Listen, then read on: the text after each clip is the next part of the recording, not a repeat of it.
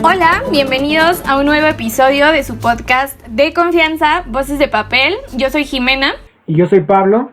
Y el día de hoy tenemos un tema, además de interesante, muy importante. Vamos a hablar de Venezuela.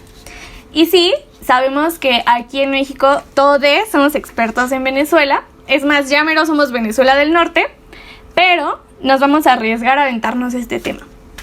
Y aunque podemos bromear mucho con esto, es importante señalar que tal controversia no es casualidad.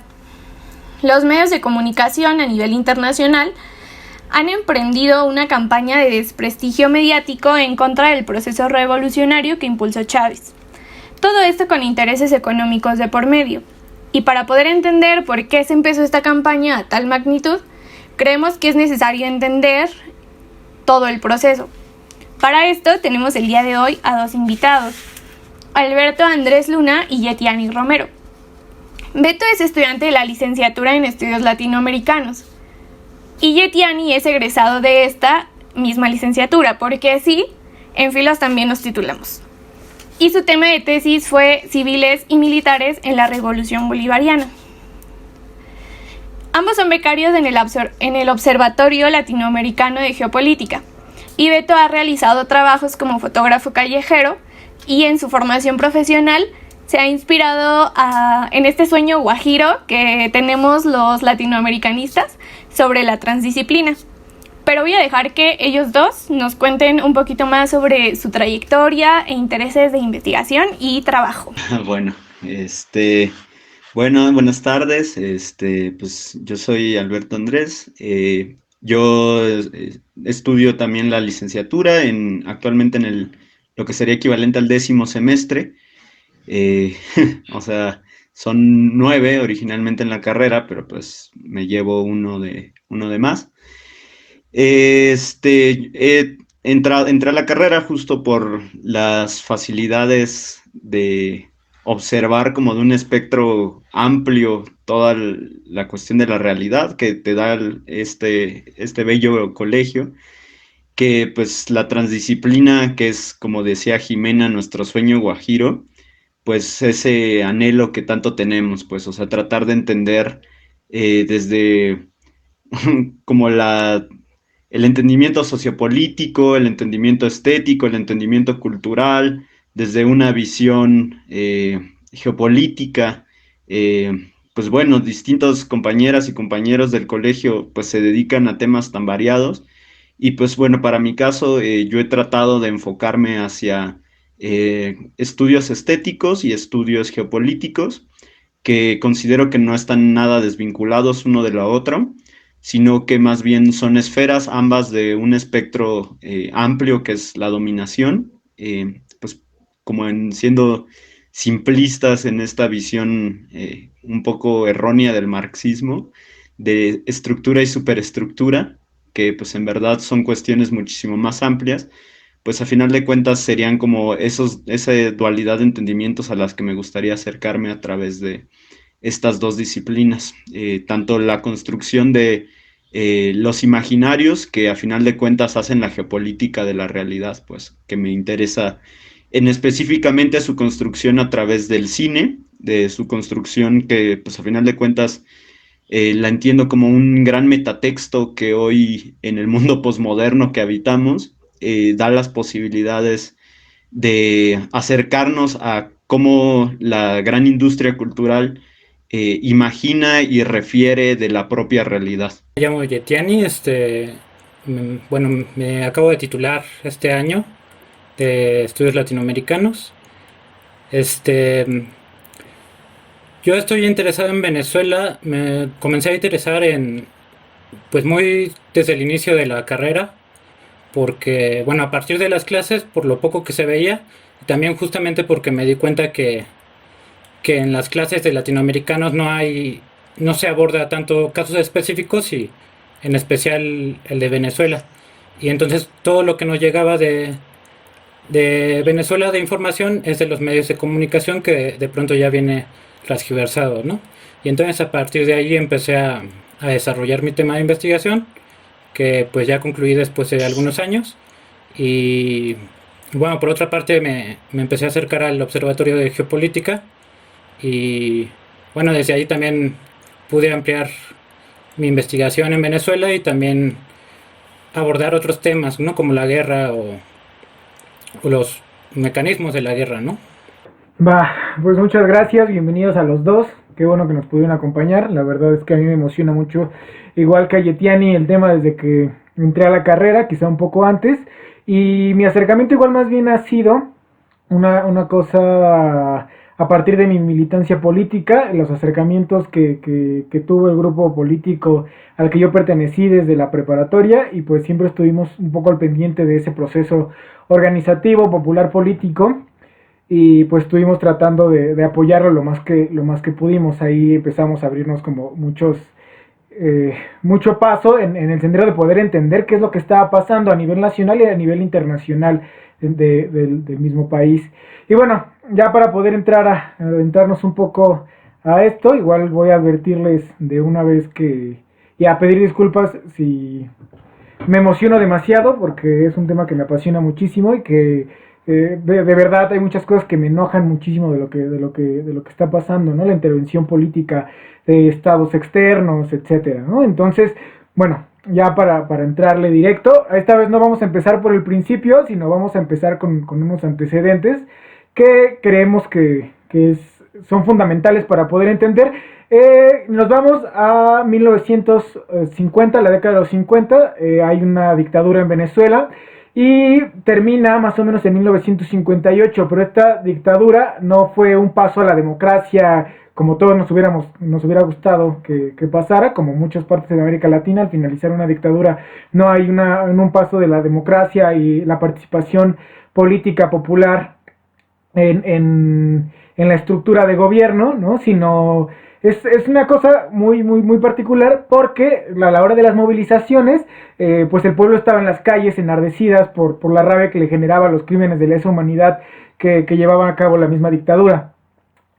La cosa es que antes de que terminara este gobierno, otros partidos muy conocidos ya habían pactado el futuro político del país, que son los dos partidos más importantes de la segunda mitad de la década de la segunda mitad del siglo XX, perdón, que son el COPEI y Acción Democrática. Hacen algo que le denominaron el tratado del pacto de punto fijo, que consistía en alternar el poder entre estos dos partidos. Entonces no había como tal una dictadura militar o una dictadura encabezada por una sola persona, sino que se formó un proceso de una dictadura bipartidista. Esto para tener en cuenta, ¿no? Esto fue la forma de gobierno venezolano durante la segunda mitad del siglo pasado. Y otros dos antecedentes importantes es la entrada del neoliberalismo, que ya más o menos vimos en Chile, que no solamente fue en Chile, sino que se trató de meter en toda América Latina y Venezuela muy particularmente por un presidente llamado Carlos Andrés Pérez en la década de los 80s. Todo este cúmulo de políticas neoliberales en los años 80, pues empezó a generar una burbuja de agravio político que estalló en 1989 en una revuelta popular conocida como el Caracazo. Y pues bueno, salió la gente enardecida a protestar en contra de una medida particular, que fue el alza al transporte público, y que bueno, ¿no? Desembocó en una fuerte represión. Después de esa represión, unos años después, estalla una revuelta por parte de los militares de una organización que se había creado una década anterior, que le llamaron Movimiento Bolívar 200, ¿no? Que era un movimiento cívico-militar en el que estaba metido en ese entonces un joven militar que empezaba a tener conciencia de qué es lo que estaba pasando en su país, el comandante Hugo Chávez. Y bueno, después de ese tratado, ese intento de golpe de estado a Carlos Andrés Pérez por este movimiento cívico-militar, fracasa. Muchos de ellos son metidos a la cárcel, Pero pues la figura de este Hugo Chávez toma mucha fuerza en ese contexto en el que las organizaciones sociales estaban a todo lo que daban en contra de las políticas neoliberales y la forma de gobierno que durante la segunda mitad del siglo XX había gobernado dos partidos únicamente, ¿no? O sea, se les había relegado de la participación política, se les había relegado de la oportunidad de participar igual en una economía que estaba beneficiada por tener tantos hidrocarburos, y pues eso va sumando. Igual la imagen del propio comandante, ¿no? Hay muchas protestas en contra del encarcelamiento de Hugo Chávez, logra salir de la cárcel y pues en 1999 entra al poder con una amplia mayoría dentro del electorado y una fuerte participación en esas elecciones, gana la candidatura y pues empieza el proceso revolucionario que llamaron la Revolución Bolivariana. Sí, bueno, ahí me gustaría agregar a lo que dijiste, que el pacto de punto fijo fue un mecanismo que hallaron los civiles de Acción Democrática y del COPEI para evitar que los militares volvieran a tomar el poder. Inicialmente, bueno, sabemos que los líderes de estos dos partidos se reúnen primero en Nueva York, luego en este lugar que es punto fijo. Y inicialmente estaban contemplados todos los actores, todos los partidos políticos, pero al final se fueron excluyendo y quedaron efectivamente Acción Democrática y el Comité Político Electoral Independiente. Y bueno, justamente uno de los primeros que quedan excluidos es el Partido Comunista de Venezuela, que es el que yo diría que el que tuvo mayor peso a la hora de derrocar a la dictadura de Marcos Pérez Jiménez.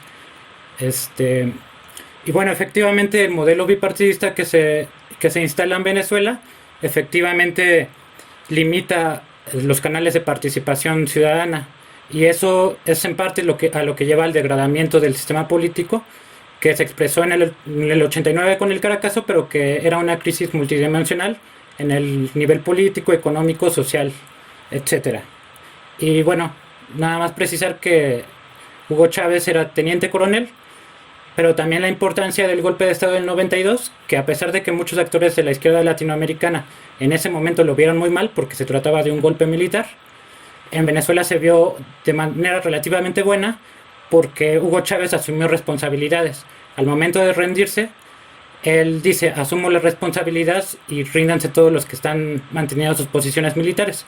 Y eso, al menos para la narrativa chavista, fue muy importante porque era un momento en el que ningún actor político reconocía sus responsabilidades. Igual, otra cosa que olvidé mencionar como para tener un poco de claridad respecto al escenario geopolítico de la región, de Venezuela específicamente, son dos cosas particulares.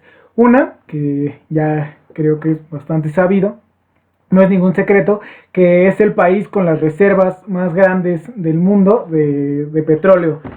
Otra de las cosas es que el consumidor más grande de petróleo del mundo es Estados Unidos. Y pues uno podrá pensar, bueno, hay otros países que también exportan petróleo, todos los miembros de la OPEP, ¿no? Arabia Saudita, Omán, los Emiratos Árabes, Irán, Irak, en general, pues todo el Medio Oriente. La diferencia con Arabia Saudita, todos estos países, a Venezuela, es precisamente su localización geográfica. No es lo mismo transportar por la mitad del planeta barriles de petróleo que solamente cruzar el Mar Caribe, ¿no? Entonces es mucho más fácil para los gringos comprarle petróleo a Venezuela porque representa menor gasto, menor inversión de transporte, de traslado, y aparte pues es mucho más rápido la llegada del petróleo. Bueno, pues sí, justo como hablar de este proceso previo a la llegada de la Revolución Bolivariana, pues es muy importante marcar el auge petrolero que existía en esta época, pues. O sea, Venezuela era de los grandes productores y distribuidores mundiales que, pues, a final de cuentas generaron como estas ideas de los booms que tanto se repiten, tanto literaria como de distintas formas en América Latina. pero que bueno, pues hay que esclarecer de que pues dentro de que este escenario fue en la inserción del neoliberalismo en el continente, pues, y que pues genera una amplia desigualdad a la hora de la distribución de la renta, pues, o sea, no existen salarios por igualdad, y sino que pues más bien lo que se genera aquí es una sociedad sumamente desigual, pues, o sea, con los bienes petroleros bienmente concentrado en un sector poblacional, y pues construyendo las periferias urbanas que paulatinamente van emergiendo en América Latina. Sobre todo recordar de que en esta época, que pues viene siendo heredera del estado de bienestar, pues está ya urbanizada, pero empiezan los sectores no adheridos al sector de bienestar, que se construyen en las periferias, pues empiezan a tener unas grandes diferencias cada vez más marcadas a partir del neoliberalismo. Yo recomendaría muchísimo, hay dos películas muy buenas de la época venezolana, que una se llama Rodrigo de No Futuro, es colombiana, perdón, pero hay que recordar la relación Colombia-Venezuela como tanto cultural como geopolítica y culturalmente muy parecida, incluso históricamente. No hay que olvidarnos de que devienen de de la colonia de la Nueva Granada, y pues tienen muchas cosas en común. Y la película de Soy un delincuente. Sobre todo esta película Soy un delincuente, que ya la podemos observar en Caracas de los 80s. Podemos encontrar como justo un poco del clima social que se está viviendo, pues, o sea, que no únicamente en Venezuela, sino que en gran parte de América Latina, que se está sumergiendo la población periférica al malestar del neoliberalismo. En este tipo de películas podríamos adentrarnos bastante, pues, o sea, las figuras de los pequeños criminales que tienen que ir emergiendo paulatinamente para poder adherirse a este nuevo sistema tan desigual, que pues lo tenemos que tener sumamente presente siempre en el contexto de la violencia en nuestro continente, que pues a final de cuentas es una de las cuestiones que va modelando la urbanidad y los problemas pues a final de cuentas de modelamiento del mismo territorio. Claro. Y también una de las cosas que creo que es importante para poder entender es este contexto que estamos describiendo. O sea, para no solamente dar estas conceptualizaciones económicas como, bueno, neoliberalismo, ¿no? Y bueno, ya más o menos hemos visto en otros podcasts a qué se refiere, sino pues que también qué construye. Como bien dice Beto, pues el petróleo, ¿no? La renta del petróleo, pues, o sea, sí había un boom, pero lo que pasa con el neoliberalismo es que todo ese dinero que entra, de hecho en los 70s era un país con bastante dinero, Venezuela, gracias a esto mismo, gracias al petróleo.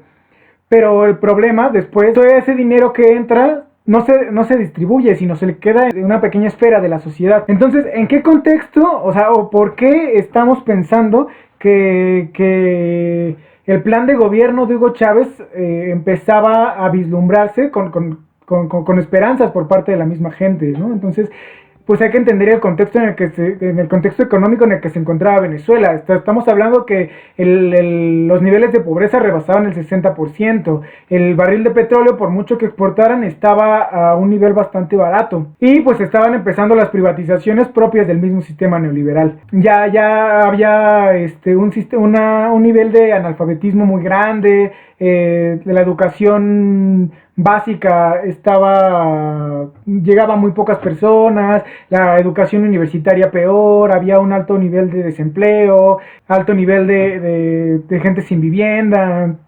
o gente viviendo en condiciones paupérrimas. Pues el proyecto de Chávez fue un respiro para mucha gente, ¿no? Significaba y significó poder ascender un poco la calidad de vida de muchísimos sectores, ¿no? De gran parte de la población venezolana. Pero ¿cómo lo logró? ¿No? Es una pregunta bastante interesante y bastante complicada de responder. No fue fácil, hubo varias misiones, ¿no? De hecho, el gobierno chavista destinó el 6% del PIB solamente a educación. Empezó la misión Robinson, que consistía precisamente en acercar la educación primaria, la alfabetización, y pues llegó a más de 1.482.000 personas. También la misión Rivas, que consistía en acercar la educación media superior, o sea, el bachillerato. Y por último, la misión Sucre, que consistió en abrir universidades. 42 universidades se abrieron de educación superior en el periodo en el que Chávez estuvo gobernando. En términos de salud, también se empezaron misiones que con ayuda de los cubanos llegaron a prácticamente todo el país. Se instalaron centros de diagnóstico integral, salas de rehabilitación y hasta unidades odontológicas. También para la vivienda, se creó el Ministerio de Vivienda y Hábitat, el Ministerio de Poder Popular para Obras Públicas y Vivienda, entre las cuales lograron entregar más de 550,000 viviendas. También hay que recordar que la pobreza y la pobreza extrema disminuyó en casi un 50%. De hecho, en 2012 otorgaron un reconocimiento a Venezuela por la reducción del hambre en más del 50%. La deuda pública bajó de 73.5% del PIB en 1998 a un 14.4% en 2008. Y aparte también trató de invertir en ciencia y tecnología para poder generar una soberanía tecnológica, la cual, como podremos ir viendo más adelante, no se logró concretar. Igual creo que es importante recordar o poner sobre la mesa el por qué este tipo de acciones causaban molestia en otros países, al grado de que aún en la actualidad se sigue satanizando muchísimo como el gobierno de Chávez. Y es que hay que entender que con la situación que se vivía en Venezuela antes la revolución bolivariana llegara a este país, como bien mencionó Pablo, había mucha gente analfabeta, el nivel de pobreza era muy muy alto, y esto implicaba tenía muchísima relación con lo benéfico que le resultaba esto a Estados Unidos, ¿no? Principalmente, y al sistema neoliberal con el que se estaba rigiendo en ese momento y con el que se rige actualmente estos países, ¿no? Y es que entre más personas analfabetas haya en un país productor de petróleo, a la magnitud del que es Venezuela, pues significa que la mayoría, ¿no?, de las personas que viven en este país, pues para lo que van a servir es para mano de obra. Y entonces esto conlleva a que su nivel de pobreza siga aumentando y que quienes se beneficien de estos recursos de los que goza Venezuela los obtengan otros países, porque al final de cuentas van a necesitar, ¿no? O sea, un país con estas condiciones va a necesitar una forma de conseguir ingresos. Entonces, de alguna u otra forma, vender el petróleo de la forma en la que se estaba vendiendo antes, ¿no?, de la llegada de Chávez al poder, pues beneficiaba a los países que aún ahora quieren seguir interviniendo, ¿no?, en Venezuela. También considero de que es muy importante recalcar de que significa la inserción del chavismo no únicamente un cambio dentro del país, sino que pues hay que recordar, o sea, es un cambio geopolítico a nivel mundial lo que se está viviendo en el inicio del siglo XXI, totalmente nuevo, pues, o sea, la lógica de la disputa por la hegemonía pues no está tan presente, sino que más bien existe una versión monopólica respecto a Estados Unidos, sino lo importante del chavismo es que emerge dentro de este mismo contexto, pues, o sea, a la caída del muro de Berlín, pues no existe una contraparte que juegue tanto ideológica como geopolíticamente. Entonces, bueno, el chavismo en esta perspectiva, pues también va construyéndose bajo herencias históricas, no únicamente en el contexto de la Guerra Fría, que es su momento geopolítico inmediatamente anterior, sino que, pues, como podemos entenderlo, está basado históricamente a través del pensamiento bolivariano, que pues hay que recalcar su diferencia también respecto al marxismo, pues, o sea, es fundamental recalcar de que es un país socialista, pero al mismo tiempo es un país bolivariano, pues significa, por ende, la inserción de una nueva alternativa, o sea, no es únicamente un socialismo como previamente se tenía entendido, sino que es a lo que refieren tanto los pensadores orgánicos a ese movimiento, que pues se refiere a un socialismo del siglo XXI que emerge dentro del tercer mundo, lo que se le llama el tercer mundo dentro de lógicas pues no alineadas a la hegemonía geopolítica norteamericana, sino que más bien surge como contraparte. Pues hay que recordar de que dentro de la Guerra Fría, el momento geopolítico inmediatamente anterior, surgieron movimientos muy importantes que no jugaban bajo las lógicas del marxismo ortodoxo, que lo podemos entender bajo la idea de bloque, que pues a final de cuentas era pues muy cerrado, iba de escala piramidal la construcción de poder a final de cuentas, o sea, la lógica del partido se imponía como ley frente a lo todo, y pues en este caso la emergencia de los movimientos latinoamericanos venían con una herencia de movilizaciones populares sumamente fuertes. Y entonces todos estos movimientos que son constructos históricos no únicamente vienen construyéndose a través de lucha directa, sino que también bajo alternativas de pensamiento, pues. Hay que recalcar de la importancia de los pensadores históricos de estos movimientos, y que nos podemos remontar hasta hasta el maestro de Bolívar, que es el gran Simón Rodríguez, pues que para ellos son pensadores orgánicos a lo latinoamericano, que vienen pensando en una lógica de cómo construir otra modernidad misma, pues, y que a final de cuentas en la geopolítica que está jugando el chavismo, en su momento excepcional de emergencia, pues significaban una alternativa no únicamente dentro de la geopolítica latinoamericana, sino dentro de un contexto mundial que se veía poco, con pocas opciones, con pocas alternativas, pues. O sea, hay que recordar de que incluso esta idea del suicidio para muchos revolucionarios con la caída del marxismo fue una alternativa, y pensar en la emergencia de nuevas vías que son las que surgen en nuestro continente, y con movimientos tan grandes basados en la solidaridad internacionalista que representa el movimiento cubano, que representa el pensamiento latinoamericano en sí, pues genera algo sumamente fuerte, pues. Complementando lo que decía Jimena y Beto, justamente el triunfo de Chávez y la aprobación de la Constitución, bueno, por una parte lo que ya se dijo es la respuesta de la sociedad a ese sistema desgastado neoliberal, pero además es un desafío a Estados Unidos, ¿no? Porque el gobierno de Chávez se muestra opuesto, no desde el principio, pero al menos no abiertamente, pero sí se muestra opuesto a los intereses de Estados Unidos. Y además de proponer construir un mundo multipolar, ¿no? En un contexto que acaba de mencionar Beto, que es donde Estados Unidos mantenía la hegemonía total, ¿no? O sea, no había ningún adversario que le pudiera hacer frente a Estados Unidos. Y entonces, pues ese es un desafío sistémico, ¿no? Es un indisciplinamiento de Venezuela.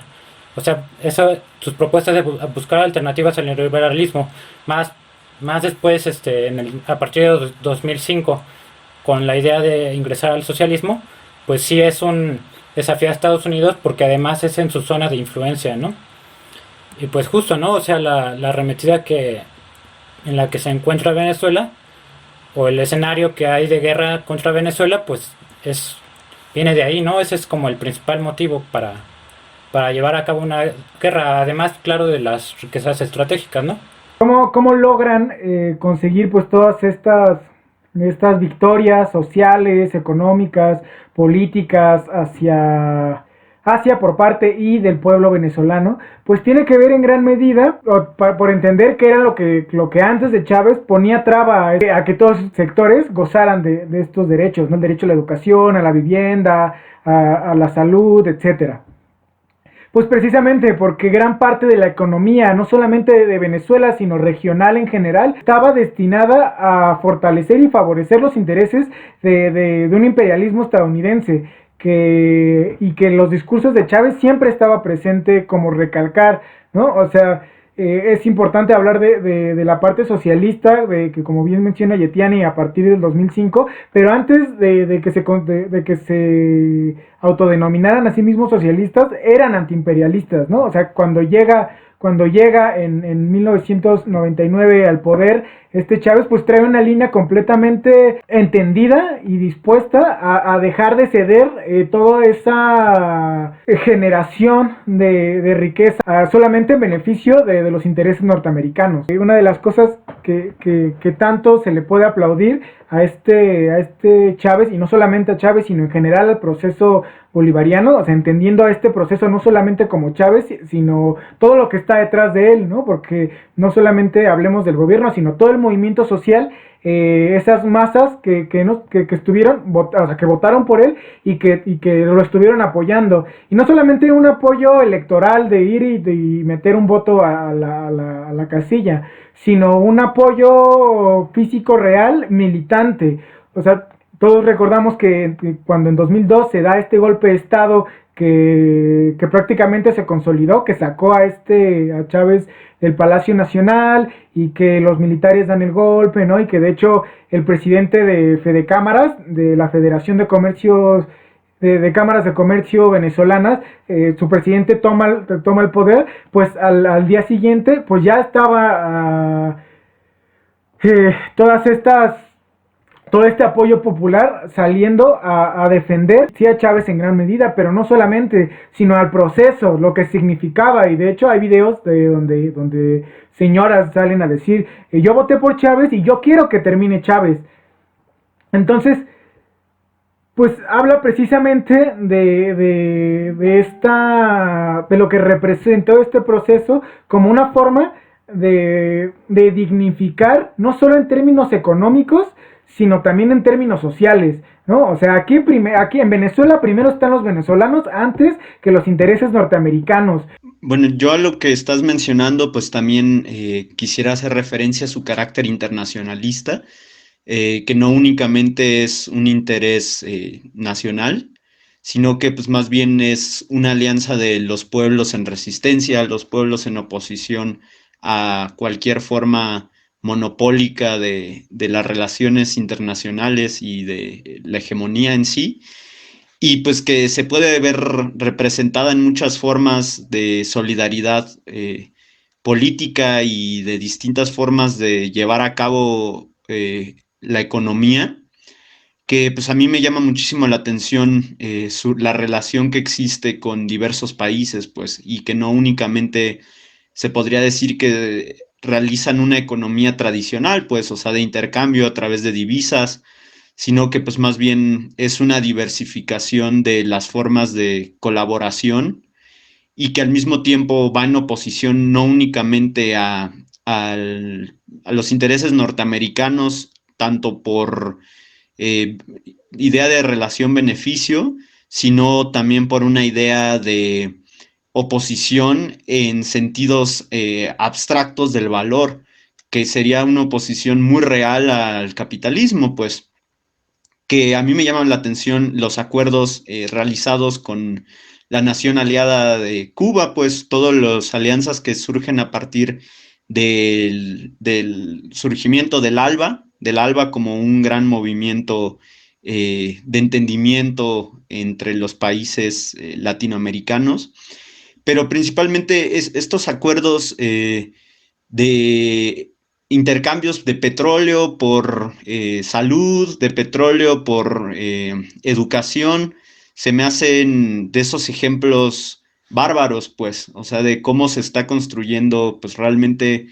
algo que está en oposición a las lógicas del valor mismo, o sea, de que más bien en este caso podrían parecer, pues más bien la búsqueda de la misma ilustración, de los proyectos ilustrados o los proyectos de modernidad mismos que se están oponiendo totalmente, o sea, podemos incluso entender, a mí me interesa mucho como estas lógicas de oposición discursiva entre las ideas de civilización y barbarie, entre capitalismo y socialismo, entre bien y mal, que pues son tan útiles a final de cuentas para la construcción de un discurso imperialista de dominación del ejercicio de el poder, en que pues construyen siempre los imaginarios del enemigo, pues.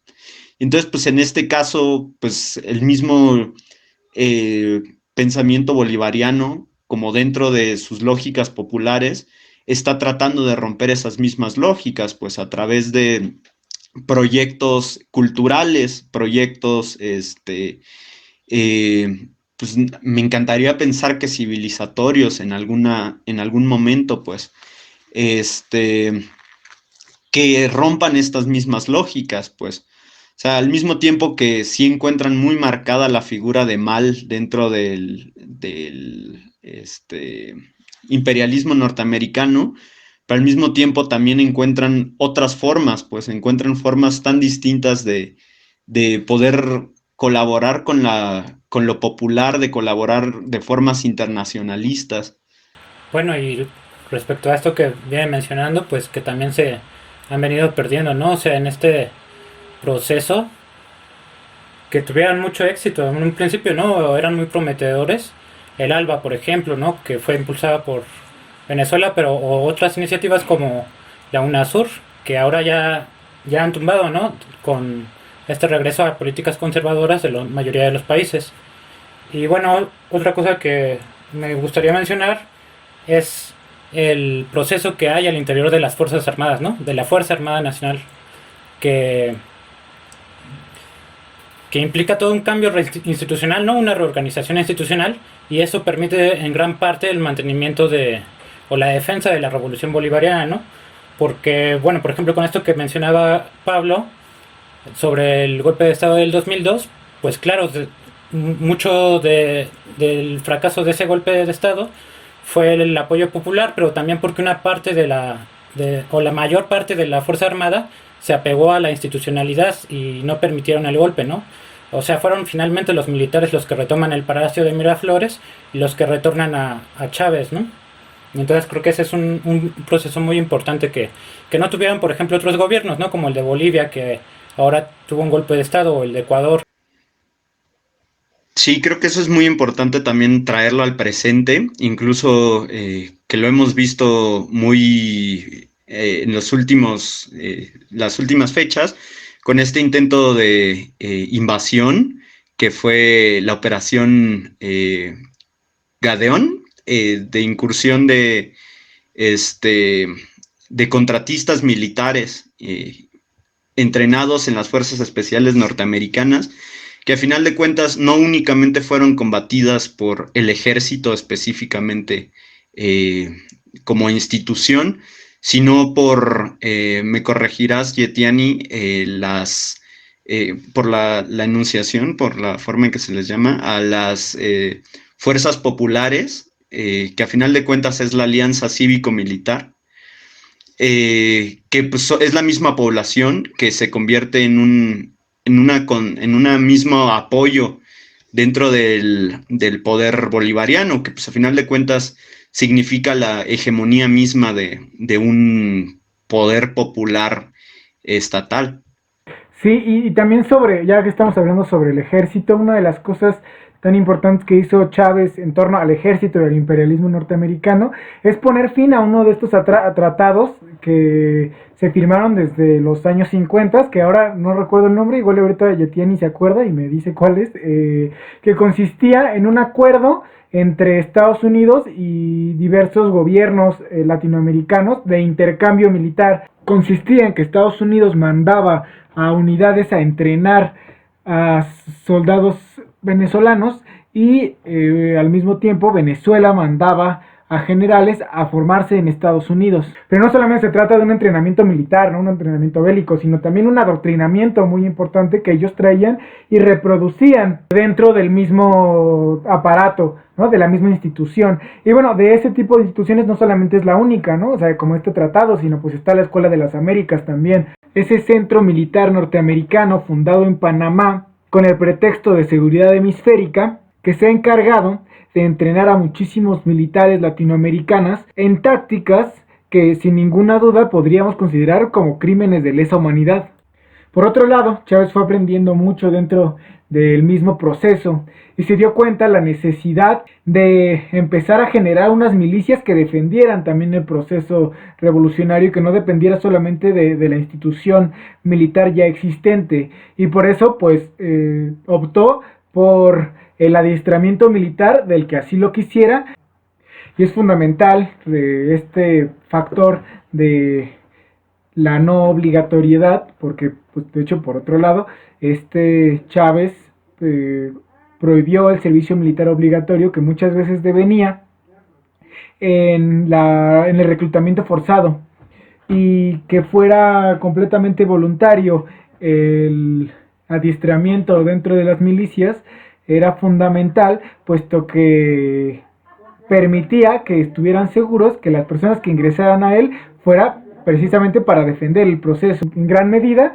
pues estas milicias, esta estructura también tiene que ver con la defensa dentro del territorio por estos actores que conforman todavía aliados importantes del imperialismo norteamericano, y que se vio, por ejemplo, en las tensiones de 2006, me parece, cuando Colombia ataca a Sucumbios, Ecuador, con la excusa de que las FARC, la guerrilla más importante de Colombia, tenía un campamento militar ahí. Y bueno, se da así un rompimiento, ciertas fricciones, ¿no?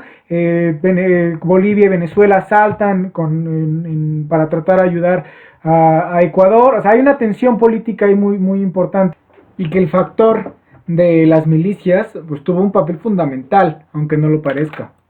Y ya que estamos en el tema de tensiones internacionales, creo que es bueno mencionar que la política internacional del proceso bolivariano siempre ha buscado anteponer la autodeterminación de los pueblos en lucha. Como ejemplo, cuando Israel atacó la Franja de Gaza en Palestina, Chávez, o bueno, el gobierno bolivariano, lo que respondió fue la expulsión del embajador de Israel en el territorio venezolano, ¿no? Esos pequeños que podrían parecer detalles, pero en términos de relaciones internacionales son muy importantes. Bueno, pues justo ahorita que ya entras a como los asuntos internacionales, pues bueno, también hay que recalcar como qué ha significado también más recientemente Venezuela. Pues en esta disputa, en esta nueva disputa que pues podría representar la geopolítica mundial, en el que ya se ve superada la unidimensionalidad en la que emerge Bolivia, en la que emerge la revolución bolivariana, pues estamos viendo pues más recientemente un cambio totalmente radical de la geopolítica mundial, en el que Venezuela es uno de los puntos clave, pues, y que incluso se le denota dentro de un denominado eje del mal, por decirlo de alguna manera, muy cercana al pensamiento despótico de la administración Trump, Pompeo, Bolton, etcétera, que pues a final de cuentas tienen muy delimitado un enfrentamiento mundial, pues en que se están alineando muy precisamente bajo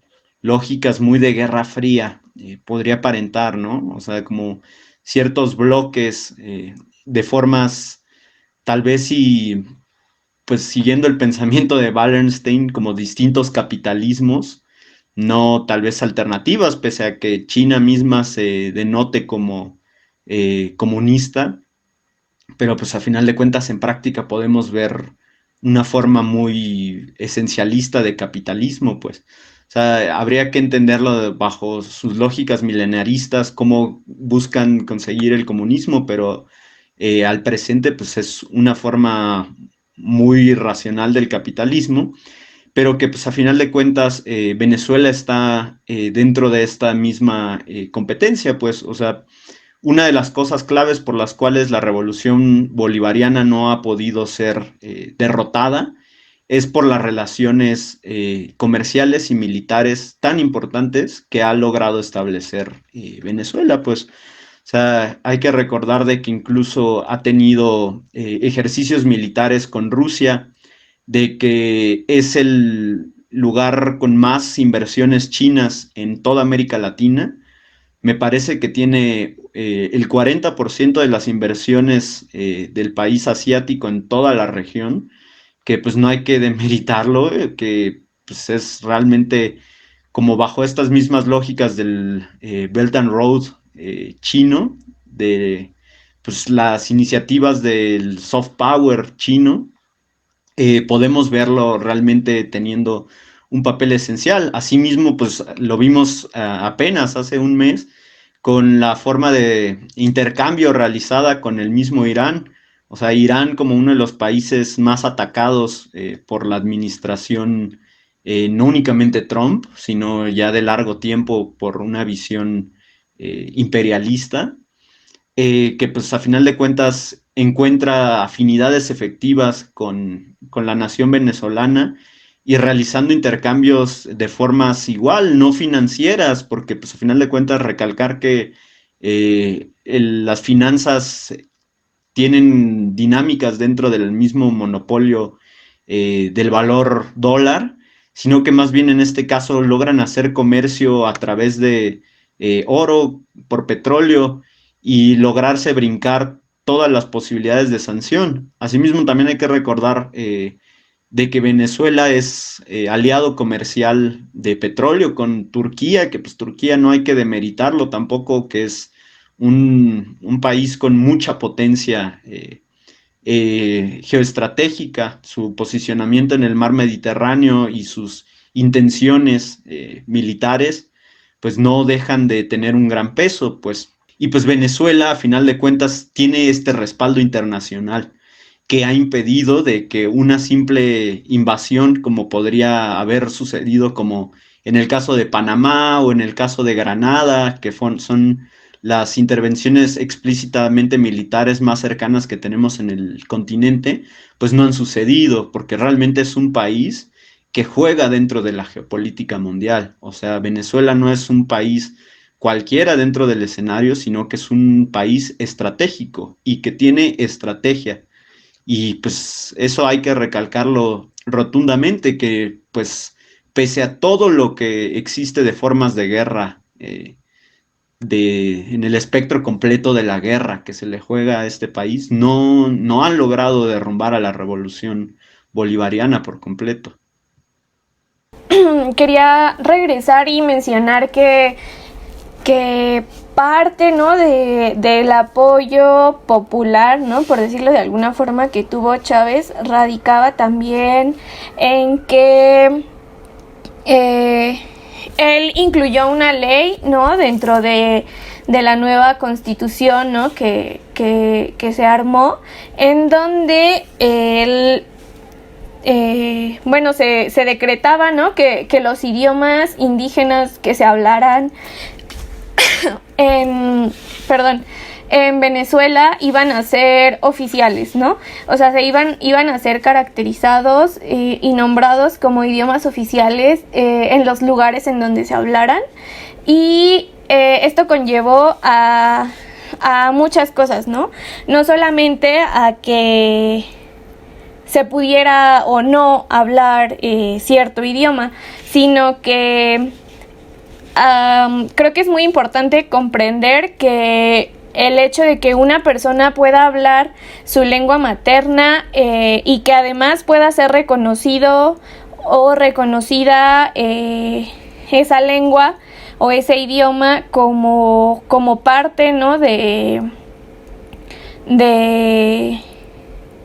los cambios, ¿no?, que se hicieron dentro de esta revolución, pues va ligada al apoyo que que brinda el pueblo, ¿no? A cierto gobierno, porque además de esto, con todas estas brigadas, ¿no? De alfabetización que se llegaron a dar, incluía esto, ¿no? Que mucha de esa alfabetización, se diera justo en los idiomas en los que las personas hablaban, y esto incluía, o bueno, a mi parecer sí podría considerarse como una no imposición, ¿no? sobre un idioma el cual una persona no hablante de ese idioma, como es el español, por ejemplo, pudiera llegar a comprender, ¿no? Que era reconocido por esa parte. No, sobre eso mismo, y también a la petición de Beto de hablar sobre momentos de izquierdas latinoamericanas, pues precisamente una de las cosas que, bueno, ya estuvo hablando un poco Beto, que fortaleció igual el proceso bolivariano, fue el ascenso de diversos movimientos en América Latina, ¿no? O sea, algunos que ya estaban y con los que tuvo contacto cercano desde el primer momento en el que arriba al poder Chávez, como Cuba o Nicaragua, pero después de eso hay otros, ¿no? Y creo que uno de los más importantes, porque conllevaron movimientos igual bastante radicales, fue, bueno, en específico Bolivia, ¿no? Y que rescata gran parte de lo que acaba de mencionar Jimena, ¿no? El reconocimiento de los pueblos.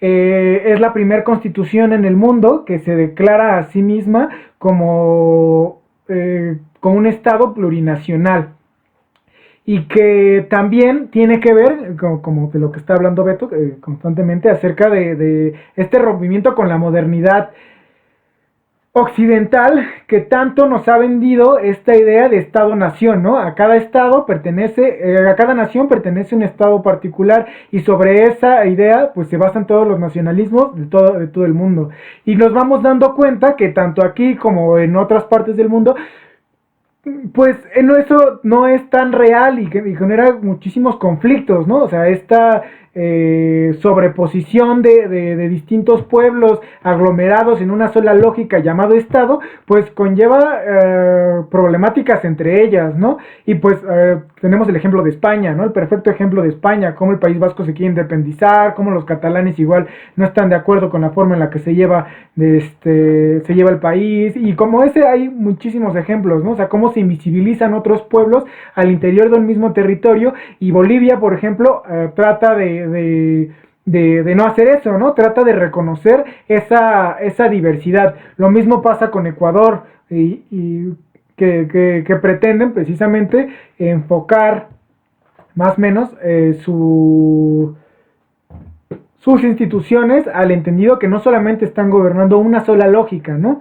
Y bueno, ese tipo de arribos al poder en América Latina también fortaleció mucho esas relaciones que hicieron posible esta ALBA, ¿no? O sea, esta respuesta a la iniciativa estadounidense del ALCA, que era precisamente un acuerdo internacional que, como siempre, beneficiaba más a Estados Unidos. Y me acuerdo muy bien como de estos videos donde sale Chávez diciendo ALCA, ALCA, al carajo, ¿no? Que recae un poco también en lo que acabamos de decir de su antiimperialismo. Sí, bueno, sobre esto que se decía de los indígenas, justo estoy de acuerdo con ustedes en que, bueno, además es una integración, se pretende integrar a los indígenas, ¿no?, a la vida republicana, y justo de ahí pues se pueden hacer esas conexiones que ya hicieron ustedes con Bolivia, con Ecuador, etcétera, ¿no? Pero además también considero que es una reconsideración de la historia, ¿no? Una revisión de la historiografía, pues en este caso venezolana, ¿no? Porque, o sea, no solo se integra a los indígenas legalmente por medio del reconocimiento de sus lenguas, de sus tradiciones, etcétera, ¿no? Sino que también hay un esfuerzo por rescatar la historia de los indígenas, ¿no? Por ejemplo, en el caso de los indígenas, Chávez mencionaba mucho a Guaycapuro, ¿no? Que es este cacique indígena venezolano que combatió la invasión española. Y bueno, ahí, por ejemplo, aquí tengo una parte de un discurso de Chávez que me parece también importante en ese sentido, que dice así: decía que es el tercer año en el cual celebramos en Venezuela y de aquí para el mundo el Día de la Resistencia Indígena. Eso es lo que nosotros estamos celebrando.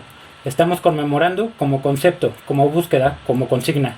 Nuestros hermanos aborígenes, nuestros indígenas, conducieron en esta tierra la acción de resistencia más heroica de que se tenga memoria durante siglos. Resistencia contra el invasor. Bueno, esto es muy importante, ¿no? Porque se está refiriendo, claro, al 12 de octubre y es muy importante, al menos simbólicamente, renombrar el Día de la Conquista, ¿no? Como en este caso lo renombró el Día de la Resistencia Indígena. Bueno, yo también creo de que en este caso, este enfrentamiento que podríamos meterlo dentro de las lógicas contra la misma modernidad occidental que ha sido la imposición histórica, que significa la conquista constante sobre los territorios y sobre los cuerpos, es algo que está marcando, a final de cuentas, la contrahegemonía, una geopolítica del conocimiento en oposición a todo esto, pues. Es muy importante también recalcar todo lo que sucede en América Latina en este inicio del siglo XXI, pues, o sea, que tenemos en 1994 al primer gran movimiento del siglo XXI que está emergiendo en Latinoamérica, pues, o sea, yo lo tengo aquí muy cerca, pues, el movimiento zapatista, que pues a final de cuentas marca un quiebre fundamental, o sea, son 500 años exactamente de la invasión a América, que a final de cuentas significa la imposición la creación de una nueva subjetividad, pues, que ya no únicamente son los indígenas previos a la conquista, sino que pues más bien es la construcción de una modernidad indígena misma, pues, que se está girando dentro de la geopolítica mundial y vista siempre como frontera, vista siempre como proceso de expansión hacia el cual avanzar tanto territorialmente como epistémicamente, la construcción de sujetos hacia el capital, pues, o sea, adherirlos, pero adherirlos de formas convenientes a la misma reproducción, pues. O sea, si vas a dejar de ser campesino, órale, pero para mi nuevo sistema vas a ser el nuevo proletario. Entonces, pues, en este caso, pues es muy importante reivindicar pues las nuevas epistemologías que están surgiendo en el continente durante este mismo lapsus geopolítico. No hay que dejar de lado a los pensadores que están emergiendo, que a final de cuentas podemos ver en Bolivia, pues con Silvia Rivera Cusicanqui, podemos ver en Colombia con toda la escuela de la Universidad Javeriana, en mismo Venezuela, que pues se ven todos con la construcción de un pensamiento decolonial, postcolonial, que a fin de cuentas están construyendo subjetividades que significan una alteridad a este pensamiento moderno. No lo están negando, sino que a partir de la negación histórica que éste ha hecho sobre las otras posibilidades de modernidad, están tratando de reconstituir la historia misma, pues. A mí se me hace fundamental recalcar nuevamente la idea de los pensadores históricos que podemos encontrar en Venezuela, que a mí se me hace clave pensar siempre en Simón Rodríguez, siendo el maestro de Simón Bolívar, que es un filósofo que, pues, avanzado para su época, pues, o sea, empieza a escribir desde finales de 1700 y escribe durante todo 1800, y que él está hablando de nuevas formas epistémicas que tienen que emerger de los mismos pueblos, que se tiene que construir una modernidad que surja de los mismos pueblos, que no sea la adopción de una modernidad, si en todo caso, usando palabras más gramscianas, una traducción bajo las lógicas de una misma geografía, pues, y que podemos entenderla dentro de estos procesos. Hay mucha crítica que hacerle a cómo se ha practicado dentro de una hegemonía del MAS en Bolivia, por ejemplo. Incluso en mismo Venezuela se le puede hacer muchas críticas, pero no hay que dejar de lado la alternativa y la posibilidad que están abriendo dentro de un campo epistémico geopolítico, de una geopolítica del conocimiento, para la construcción no únicamente de una gran estructura económica, que podría ser la forma más simplista de traducir lo que significan estas revoluciones, sino que son unas revoluciones que vienen desde lo popular en muchos casos. Y hay que recalcar estas subjetividades que paulatinamente van adquiriendo lugares dentro de la geopolítica. Y bueno, esto hay que recalcarlo, como pensar en que se han convertido en sí en una figura de enemigo para el mismo capitalismo, pues. O sea, el exterminio cada vez más es demarcado, o sea, lo podemos ver en la Amazonía, pues, o sea, de que tan precisamente el capitalismo está avanzando sobre los pueblos indígenas, quemándoles su territorio. Pues, en Chiapas, hoy en mi tierra, pues podemos ver cómo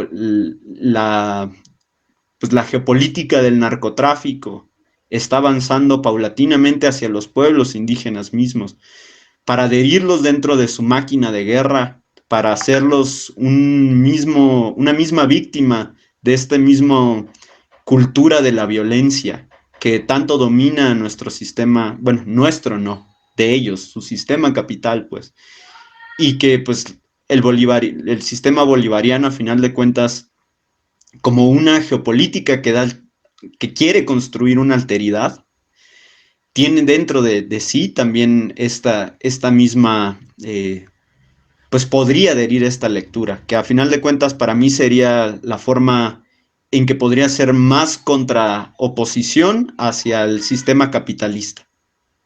Como bien dice Beto, hay muchas cosas que rescatar, evidentemente, ¿no? Todo lo que significó, no solamente para el pueblo venezolano, sino para la región en general, y si nos vamos un poco más lejos, hasta el mundo, ¿no? Por todo lo que ya acabamos de decir. Esto no quiere decir que veamos el proceso completamente de una manera crítica, fetichizando los procesos.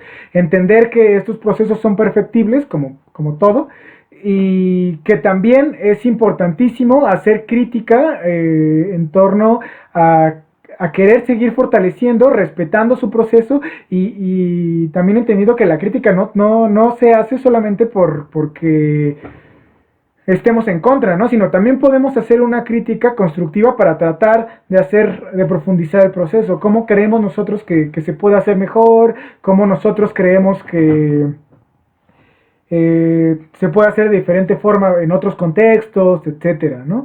Y una de las cosas que es importante aclarar es que, pues, hay muchísimos autores que hacen como crítica desde ese punto de vista. No sé, está, por ejemplo, ayer platicaba con Yetieni y con Beto acerca de un autor uruguayo que se llama Sivechi, ¿no? Que es bastante crítico en el sentido de partir de la idea de que el Estado mismo, un Estado conlleva ciertas limitaciones por sí mismo, ¿no? O sea, por el carácter, si quieres, ontológico, ¿no? Que este tiene. Sobre esto mismo también hay otras tantas cosas pues que se le van sumando, ¿no? O sea, podemos hablar de las problemáticas que ha conllevado el hecho de no diversificar la economía, ¿no? O sea, hacer una economía completamente dependiente al petróleo, que se entiende en gran medida porque pues antes de Chávez pues toda la economía estaba precisamente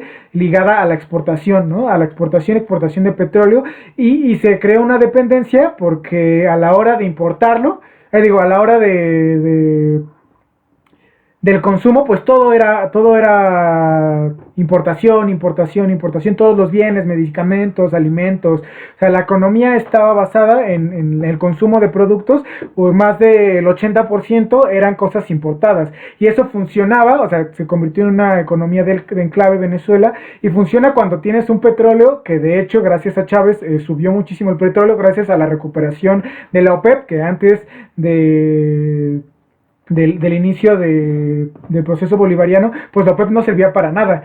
Y fue una iniciativa de Chávez tratar de recuperar esta organización de países productores de petróleo, para poder poder vender a un precio a un precio conveniente, igual para las naciones que exportaban estos productos. Entonces, pues eso funcionó cuando lograron que el petróleo costara hasta $120 el barril, pero cuando el precio desciende, de hecho, cuando empieza el boom del fracking, cuando otros países, en lugar de importar el petróleo, lo empiezan a producir ellos mismos, pues dejan de comprarle a los países de la OPEP. Entonces eso provoca una disminución en los precios del petróleo y pues de pasar a estar a $120 el barril, pues llega a estar a $40 el barril o a $36 el barril. Entonces, pues eso conllevó cierto problema, ¿no? También otra de las cosas que creo que también es una cosa importante señalar es la organización misma de las bases, ¿no? O sea, no se trató muchas veces esta organización no fue de abajo hacia arriba, sino que fue una cosa de arriba hacia abajo, ¿no? O sea, bajo las propias lógicas que el Estado imponía. Eso es un poco problemático en el sentido de que pues sí hay una dependencia al mismo Estado, ¿no? De esta organización. Entonces cuando el Estado debilita, también se debilitan esas formas de organización popular, que no siempre pasó, ¿no? O sea, cuando hablamos de estas organizaciones populares que llevaron al poder a Chávez, pues estuvieron presentes muchas veces, pero también disminuyó mucho su protagonismo a la hora de entrar a este Chávez con todos los militares al poder, ¿no? Entonces llegó un momento en el que gran parte del protagonismo del movimiento ya no recaía en esas bases populares, sino en gran sentido ya tenía que ver, ya estaba mucho más ligado y dependía muchísimo del mismo estructura de la estructura militar, ¿no? Y bueno, también otros tantos problemáticas que han conllevado algunas decisiones en torno a la economía. Sí, incluso en este mismo tema, pues existen muchas críticas, incluso a la construcción de una misma clase ligada a lo militar, de lo que pues se basan muchas de las críticas tanto de la oposición como de mismas movimientos de izquierda respecto a este espectro, pues. Entonces, pues hay mucho también de lo que hablar, que pues es complicado, pues no estando dentro de ese escenario tan complejo, pues. Bueno, amigues, como ustedes se pueden dar cuenta, este es un tema bastante complejo y muy largo. Entonces, vamos a dejar hasta aquí este primer análisis sobre la situación venezolana y la discusión sigue, pero decidimos dividirla en dos partes para que este podcast no se vuelva muy pesado. Y en la segunda parte abordaremos las formas de la guerra que se han emprendido en contra del proceso bolivariano y cómo esto se ha hecho extensivo a la soberanía y al pueblo en general. Entonces, recuerden que pueden seguirnos en nuestras redes sociales, en nuestra página de Facebook como El Cronopio Latinoamericano, también en Instagram y en Twitter. Y en YouTube como Voces de Papel para que puedan escuchar los podcasts completos. Y no olviden escribirnos cualquier cosa que les haya gustado o algún comentario al respecto de este tema. Hasta luego. Saben calcular el tiempo. Dicen que viene la hora, mira, para ponernos contentos. Se fue Bolívar ayer, pero hoy viene de regreso. Vamos.